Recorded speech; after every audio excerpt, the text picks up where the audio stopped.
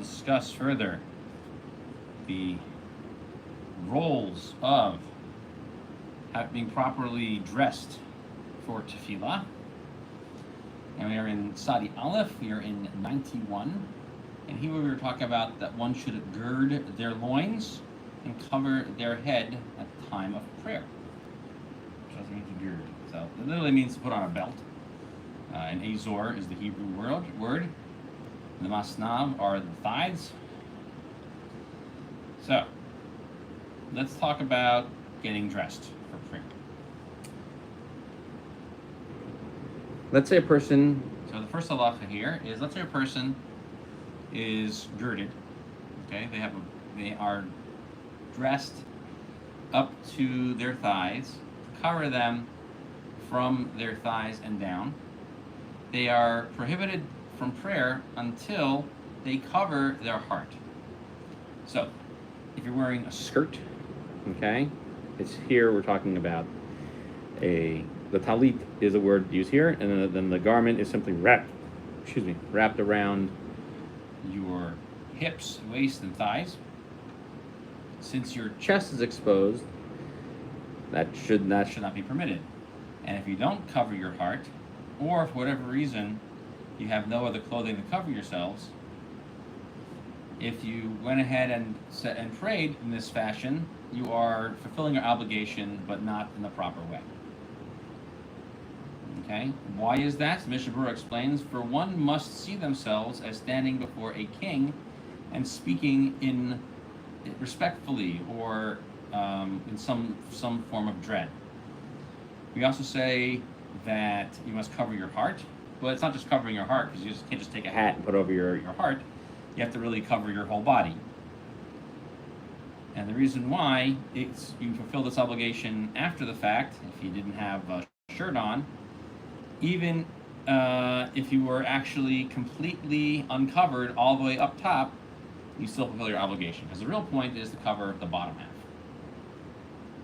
So what should you do?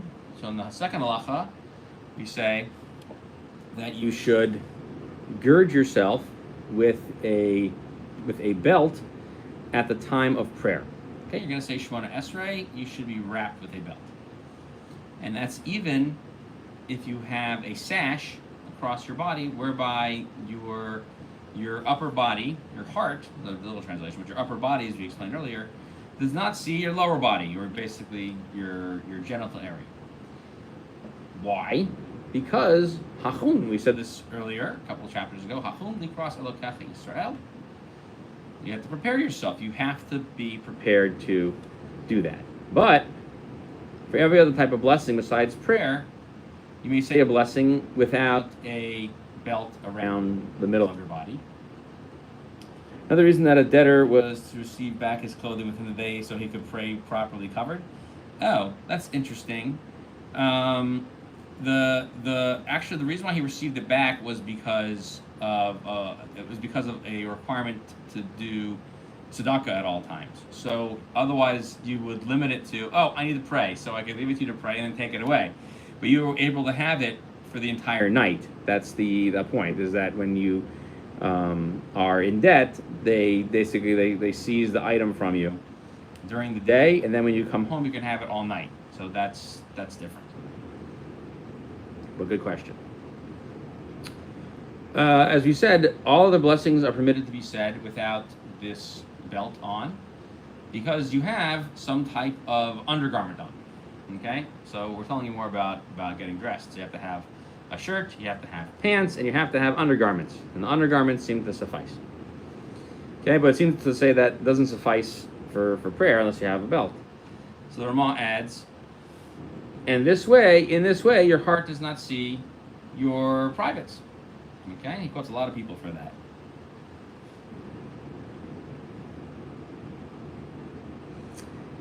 And the over here it says that you must do it, but the Mishnah adds that if you pray without a belt on, you still fulfill your obligation of Shemoneh Esrei.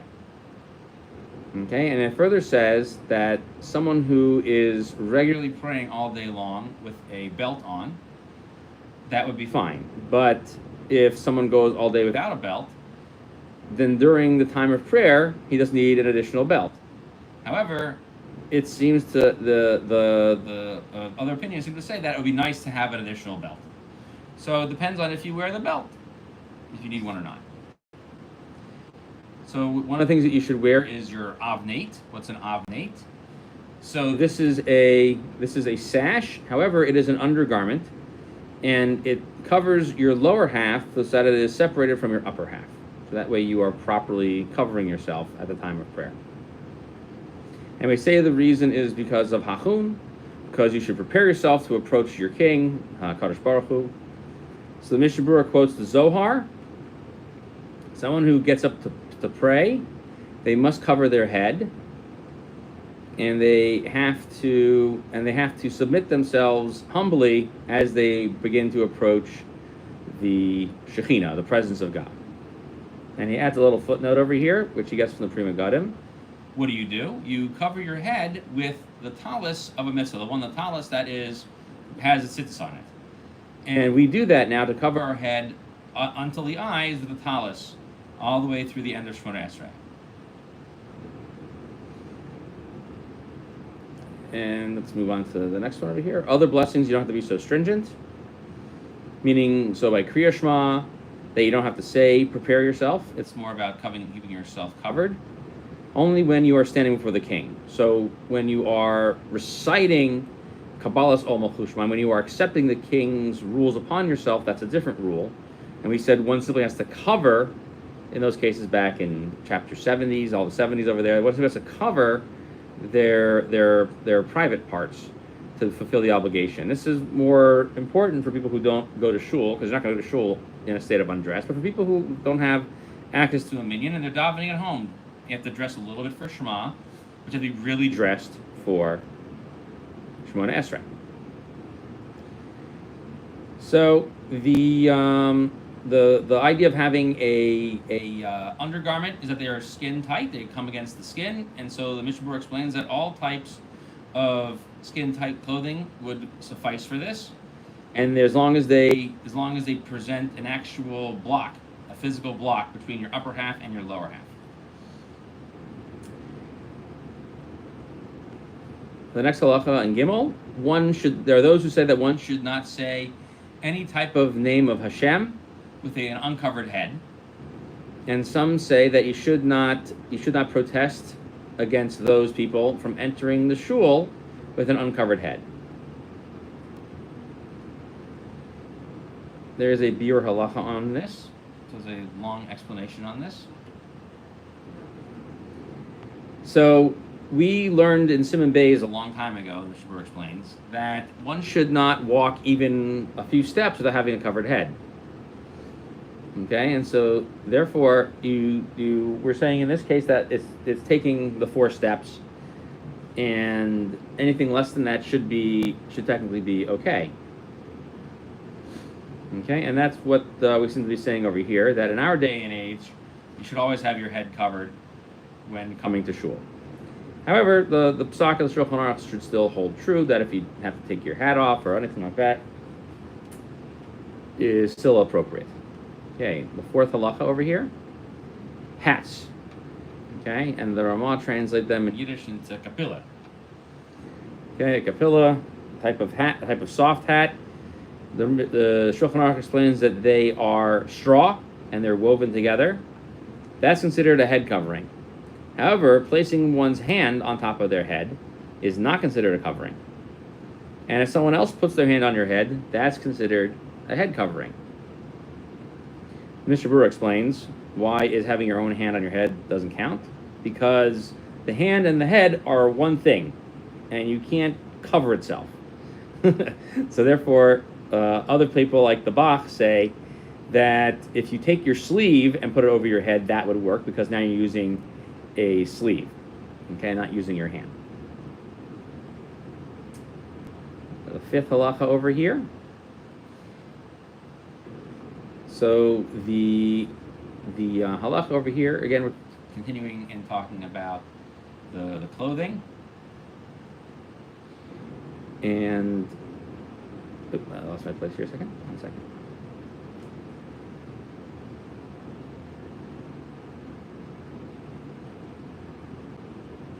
Okay. So we were talking about now if you are Going to wear you're going to wear a belt, okay? And the Ramah says that we're referring to your wallet. And you also shouldn't have your head uncovered nor your feet uncovered if people in that place don't dress that way before famous people. Meaning they should have at least some type of socks on.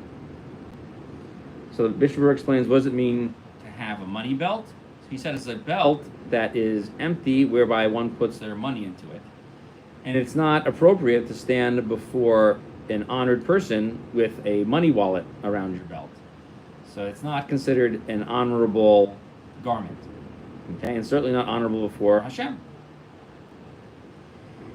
And he also says it's also not appropriate to wear the capote. He goes over here, just a jacket.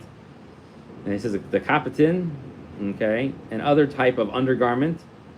And he also says another object over here, which is known as the schlafrock. It's a type of thing that rolls over your back, okay, a type of sack. You shouldn't wear that so you shouldn't wear your backpacks. You shouldn't have your wallets across your body, and it's basically other things like a fanny pack should also be included in some of these things. He doesn't mention that. So what does it mean to not have your head uncovered? So the Mishna explains that in our day and age, you have to put something on your head in the same way that one would walk out in the street, and not with a tiny hat that goes under your hat, because that's not appropriate to stand before really honorable people that way. And so too with a simple piece of the simple piece of fabric. Hold on a second, I saw your comment over here. Bring it back up. Okay, on Shabbat, one is not to carry a piece of clothing out of the Eruv by wearing it in an odd way. Can a man put something odd on his head if it's uncovered? Oh, it's a good question. Yeah, you could wear something as long as it could. It's like you have your handkerchief, right, and your yarmulke blows off, so you don't want to walk. But let's say you went out the Eruv, and you put to go out the Eruv, you put the what's it called, the handkerchief on your head. If you lost it, but yeah, otherwise you wouldn't be allowed to do that because that would be ha'arama. Where was I? Okay. It's also not appropriate to daven in your socks if they are made out of linen, because that's not appropriate. Right? So don't wear linen socks during davening. And so too, if you're just wearing sandals and you can see your heel. Okay, so you have to have a sock on if you have to have socks on. Right? As terrible as that looks to the average person, keep your socks on if you have sandals on. It's inappropriate to have uncovered feet when you have sandals on. You also shouldn't wear certain types of sleeves that are called henshich. Okay, bus made the henshich. It says it seems to be a type of travel garment, and it's not honorable. And it seems to be inappropriate to wear. Okay, so according to the opinion mentioned earlier about appropriate things to wear, that if you are wearing some type of stocking that is a wool stocking, that's also not appropriate to wear just that. We have pants, but everything really seems to come up to what's appropriate in other places. For example, amongst some of the Hasidim, they wear their stockings over their pants. So in that place, that would be appropriate. But in other places, it would not be appropriate to wear that, and they should actually technically adjust if they're traveling to do that, because people don't wear their stockings over their pants in other places. But does that mean they can't daven? No, it just means that other people don't wear their stockings on top of their pants like that. They don't wear the knickers. Okay, and there are many people who made rules about not coming into shul with very long shoes. And if that seems to be a normal thing, that's okay. But if it's not a normal thing, it's also not appropriate. Okay, and also on uncovered legs, if the garment is long enough where it covers your legs, or in hot places where you can do that, in shorts, for example, then it's not a problem, and you can still see the legs at the bottom of the legs and the feet. So you could technically lead shul while wearing shorts. We are at the end of the Siman over here. It says that it is the proper way of the wise and their students. They should not pray unless they are properly wrapped, meaning wrapped with a tallis. The Ramah adds that at a time of great anger, meaning that there's anger of Hashem against his people, a person should squeeze their hands together while initiating prayer, like a servant pleading before their master. And at a peaceful time, a person should wear very nice clothing and daven. So it sounds like you can change your clothing a little bit depending on how the prayer situation is playing out. Interesting statement over here from the Kaf HaChaim he explains this Ramah in the following way. So the quote is basically that at a time of great anger, people should clasp their hands, and like someone who is very much afraid of what's going to happen, and so the hands are clasped and squeezed together, as one who feels like almost they're going to squeeze their hands certainly very tightly. And so therefore, that's only at a time of great need. However, at a time of peace, it's inappropriate to squeeze your hands like that, because you seem to be talking about trying to remove some type of unfortunate judgment from yourself, and God forbid that this should be something known. And so therefore, a person should be careful to basically look appropriate and to simply rest their fingers upon themselves and softly place their hands upon each other. So in a sense, the Ramah is saying that one can affect and impact the prayer that they are reciting through the way in which they carry themselves and carry their hands and make the approach for prayer. Therefore, it's appropriate to adjust one's own physical body when talking about how I should conduct myself in prayer. So I'm dressed very nicely. The Ramah seems to also restrict how you dress depending on the time as well. And you shouldn't wear as nice clothing. There's what to be said on this. So I've demonstrated sometimes maybe during, let's say for example, during Tisha B'Av, that one should try to wear appropriate clothing since it is an appropriate day, but one need not wear their hat or their jacket because it is a time of great anger and sadness for the Jewish people. Squeezing your hands would be appropriate at that time, but one could refrain from, for example, wearing their jacket, and they have to act more contrite. So there's some things to think about. One is allowed to go ahead and take some personal preferences into the prayer and allow themselves to express themselves in the prayer service that more solemnly reflects their inner feelings. Thank you very much for joining our class today. Wish everybody a wonderful day. We will continue next time in learning about the laws of Tefillah. Take care.